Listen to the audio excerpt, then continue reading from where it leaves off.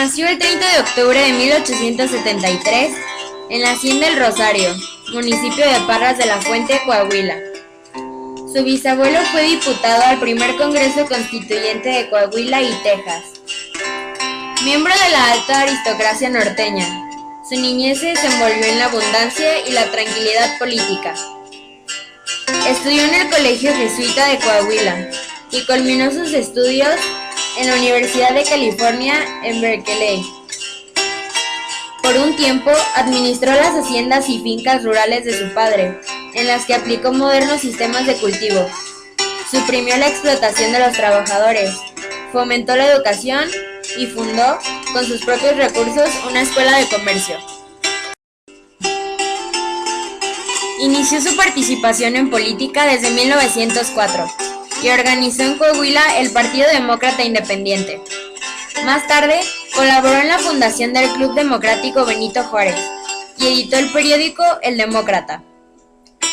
Convencido de la necesidad de acabar con la falta de libertades políticas, publicó el libro La Sucesión Presidencial de 1910, dirigido principalmente a la clase media, en el que advertía del peligro de una revolución si no se respetaba el voto popular. Para oponerse a la reelección de Porfirio Díaz, organizó el Partido Antirreeleccionista y fundó el periódico El Antirreeleccionista. En abril de 1910 fue postulado como candidato a la presidencia de la República. Como candidato presidencial, recorrió el país y logró despertar las simpatías y el interés de la población, realizando la primera campaña política coelectoral moderna de la historia de México. Poco antes del proceso electoral, fue reducido a prisión, acusado de trastornar el orden público. Conseguida la reelección de Díaz, logró escapar de la prisión y refugiarse en Estados Unidos. Proclamó el Plan de San Luis, en el que convocó al pueblo mexicano a la lucha armada. En mayo de 1911, los rebeldes lograron la renuncia de Porfirio Díaz y asumió la presidencia provisional Francisco León de la Barra. El 5 de junio de 1911, Madero entró triunfante a la Ciudad de México. El 15 de octubre de 1911 se realizaron nuevas elecciones y Madero triunfó con una amplia mayoría de votos y protestó como presidente de México el 6 de noviembre. Durante su gestión presidencial, fundó el Departamento del Trabajo, formó la Comisión Agraria y fomentó la instrucción pública, elevando su presupuesto. Como presidente, enfrentó diversas rebeliones. Víctima de una traición, fue tomado prisionero por órdenes de Victoriano Huerta. El 19 de febrero de 1913, fue obligado a presentar su renuncia. 3 días más tarde, fue cobardemente asesinado. Emiliano Zapata. Nació en San Miguel Anenecuilco, distrito de Villa de Ayala, en el estado de Morelos, el 8 de agosto de 1879. Formó parte de una familia campesina. Trabajó como labrador y arriero. En 1906 asistió a una junta de campesinos en Cuautla para organizar la defensa de la tierra ante el acecho de los hacendados. Su rebeldía lo condenó a la leva.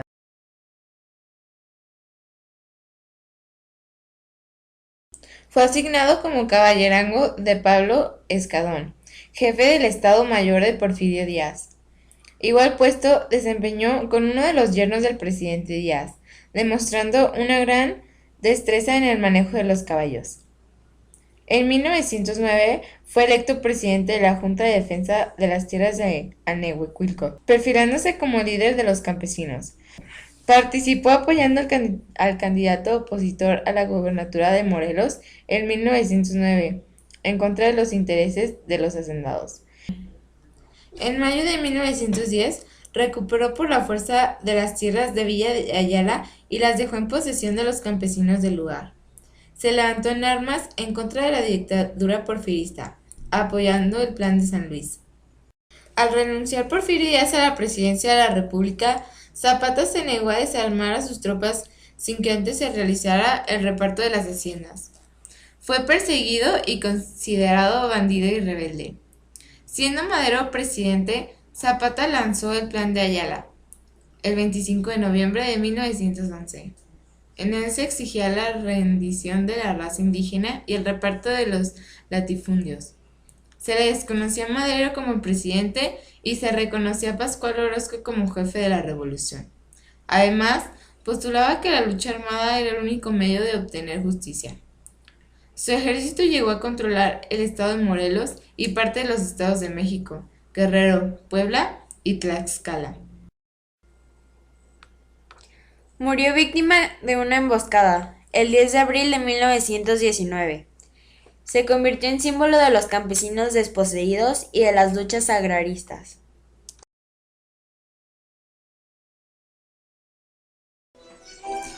Francisco Villa nació en el rancho de Río Grande, cerca de San Juan del Río, Durango, el 5 de junio de 1878. De extracción humilde, no tuvo acceso a la educación escolar. Trabajó como leñador y labrador. Un tiempo se dedicó al comercio. En 1894 se convirtió en postrito de la ley, al balancear un hacendado que pretendía raptar a una de sus hermanas. Su verdadero nombre era Doroteo Arango, pero usó el de Francisco Villa al huir de la justicia. Se dedicó al bandidaje. En 1910 se unió al movimiento maderista, distinguiéndose por su audacia y organización.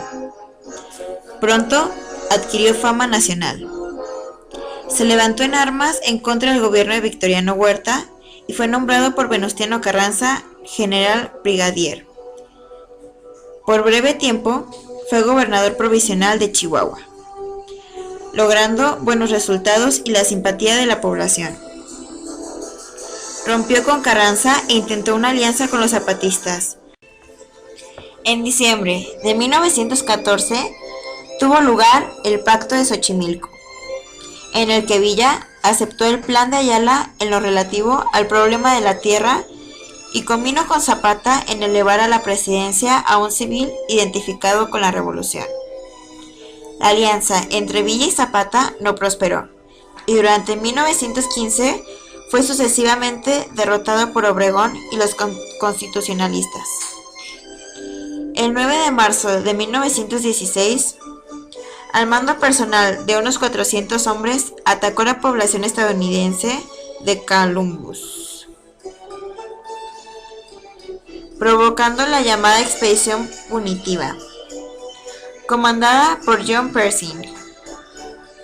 Como guerrillero, se mantuvo entre 1917 y 1920 y dispuso las armas el 26 de junio de 1920.